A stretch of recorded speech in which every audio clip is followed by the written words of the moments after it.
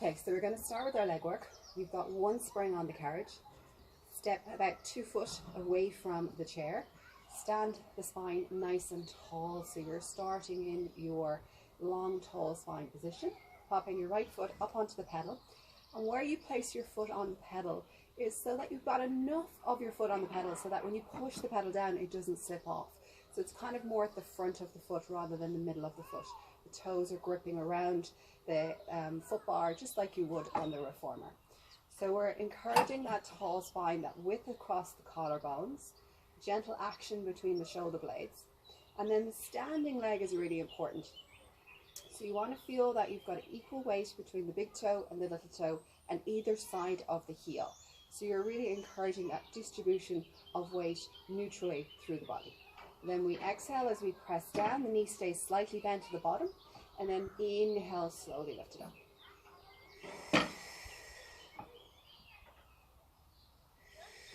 And if it's in your practice to create that activation, go along with that.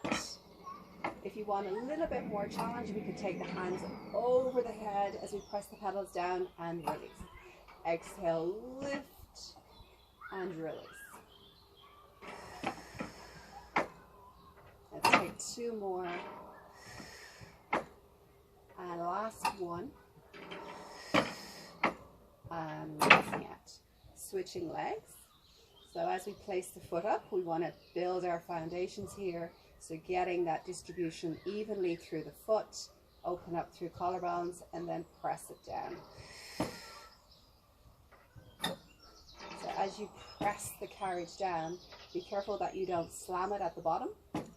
So you want to press it down evenly the whole way down and evenly the whole way up. And then for more challenge, you can add the arms going over your head. It challenges your balance. And then for some people, this might be too challenging just to be here without some contact point. You can have a chair beside you, or you can have a foam roller beside you. So we'll do 3 more. 3, 2, and last one, and releasing. Excellent. Okay, so we'll take the straps down. Then we're going to go into a press up. So 2 hands are either side of our chair, pressing back, toes are up, elevated, so you're in plantar flex toes. Allow your hips to go forward like an intermediate plank. And then we're going to let the elbows go out to the side. Exhale, up. Breathe in and up. Breathe in and up. 2 more. 1 more. And lift it up. And from here, we're going to step the right foot up onto our pedal, or onto our platform, not our pedal. And then we lean forward, reaching the arms up to the sky. And then we slowly press back out. Breathing in as we lean forward. Exhale as we release. Breathing in. Maybe we look up to the sky in extension. Last 2. Really getting that articulation on the feet here. Opening into plantar flexion, moving into dorsiflexion. So that's the angle at the ankle joint is changing. And then slowly release. Stepping off, switching to the other side. So the more range we can get at the ankle, the more freedom we have at our hips. Less strains and aches through the knees. Because remember, our first point of contact with the floor is that ankle. And often we can have restrictions in the ankle without having awareness that there's restrictions there. And then that can cause problems higher up the chain. So last one, maybe you're going into extension. And then slowly stepping back out. From here, we're going to have 2 springs on your chair. So some of you may have 4 springs on your chair. So you can go with 2 heavy on level 1. So then you step the pedal down. We take the left foot up onto the chair, whatever foot you're on. 2 hands are either side of the pedal, and then we pull the knee up, and then we press down. So we don't touch the floor. We press and back up. So we're just getting some length in through the back. The back's in a C curve. We'll take one more. Step down. And then we're going to do the other side. I'll move this back a little bit so you can see. So other side, so right foot's down, right foot's on the pedal, and then pulling up through that back knee and press. So we're going long through the leg, we're not touching the floor here, and then we're bending the knee so it just skims over the top platform of your chair. Exhale as you go down, and then inhale as you come up. Let's release that pedal. Come to a kneeling position on your chair, nice and tall. Oops. And then arms are out nice and long. And we're going to add a spine twist. So we exhale, twist to one side. Inhale, center. Twisting to the other. And back to center.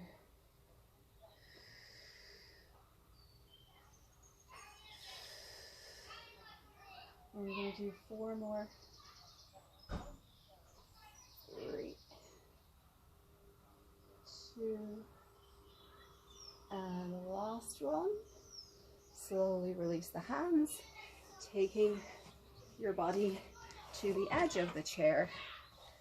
We're going to take 1 spring away, and then from here we've got our feet flat firmly on the floor, lengthen out tall through the spine again. We breathe in, take our top arm up, and then we exhale, side flex, using the pedal to press the arm down. And then inhale, come to T-bar, and then exhale, side reach in the other direction. Breathing in.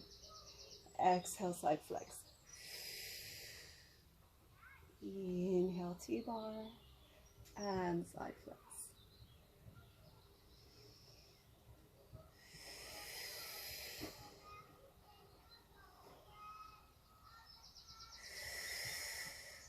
Two more, keeping the feet flat on the floor each time.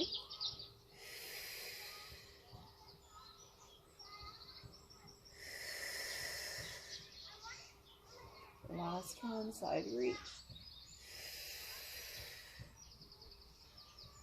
And reaching to the side. Brilliant. Okay, before we go to the other side, we're going to turn around and we'll face our chair. Pedals, and then here we're going to have 2 heavy on again, level 1. You need to take it higher, that's fine, you'll know once you get onto it. So sitting nice and tall, coming to the edge of your chair, we're going to come up onto our toes, and we're going to go high half toe. So really high as if you're in a pair of stiletto heels. Roll your shoulders back in space, find that long tall neutral, and then we press the pedals down and then slowly come up. So a little bit like your footwork on the reformer, except you're not getting into full extension. So a lot of your focus is about the stability of the ankle joint.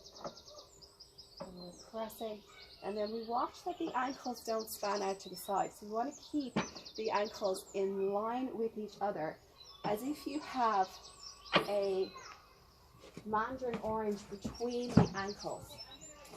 So we'll take another 5, 4, 3, 2, and 1. So watching when you press down that the ankles don't go this way, so they don't come out to the sides. Then change to your heels. You're still sitting forward into that little perched position on the chair. I like to place my hands here, and then I press, and then draw back up. So notice your foot is dorsiflexed here, and then back up. Keeping the neutral, so the curve in the low back remains the same.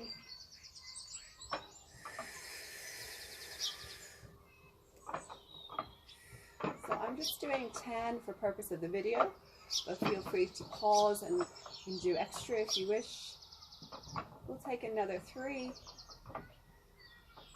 2, and last one, and lift and release. Now we can add this lateral rotation at the knees and the hips.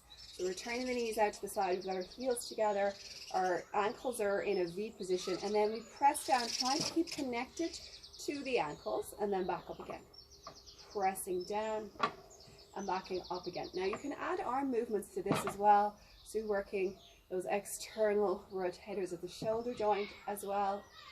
So we exhale, press, inhale down. And take another 5, 4, 3, 2, and last 1, and relax again. Now come to the opposite side of your chair, sitting again to the edge till you find your feet flat on the platform, and we'll do our mermaid. So we reach to the side and then come back into the center. Now you probably are going to change your spring here back to 1 spring. You can change that in your own time there. And then when you're ready, coming into your mermaid, we're doing 5 of these. Inhale, T-bar. Exhale, at the side reach, really opening up the side body, breathing in and reaching to the opposite side.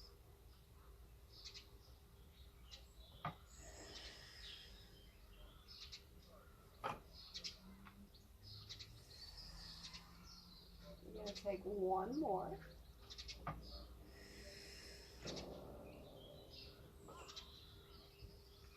And side reach. Brilliant. Okay, from there we're coming to the back of the chair.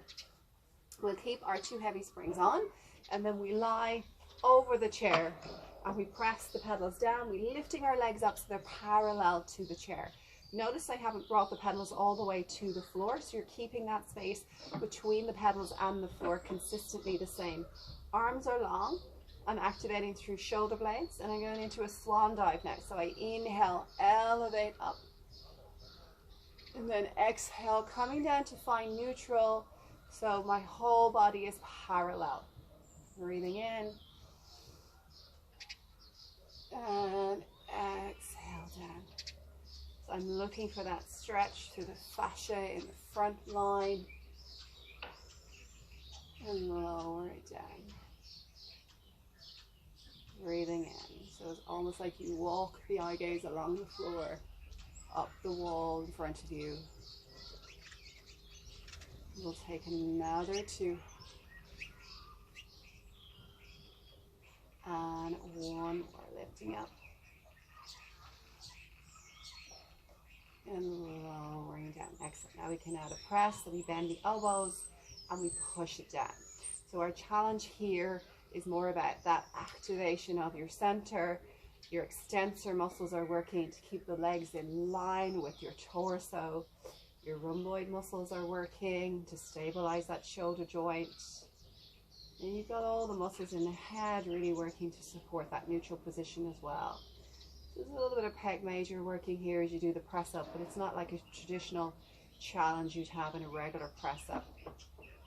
So it's more the supporting aspects of the body to stabilize you here to perform the arm movement that's challenging. Let's do 2 more.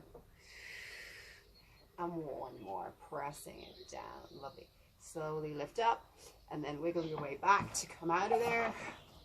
And then we're going to turn onto our side and work in our obliques. I'm going to take 1 of these springs away. I'm just on 1 spring on level 1. It's a heavy spring, level 1. Come into a sideline position. Top hand can be on the chair if you're wobbly, or else place it on the side of your pelvis. And again, note we're not running the pedal all the way to the floor, so keep the pedal so that you have space. And then we lift up and lower down. Lifting and lowering down. Hello. You can't go on while I'm moving it. You can go on it after if you want. Hi. That's cool. So we're doing a side lift, working into the waist for 5, 4, 3 more, and 2, and 1 final one. Yeah, I just got to do the other side and then you can go on. So we switch to the other side.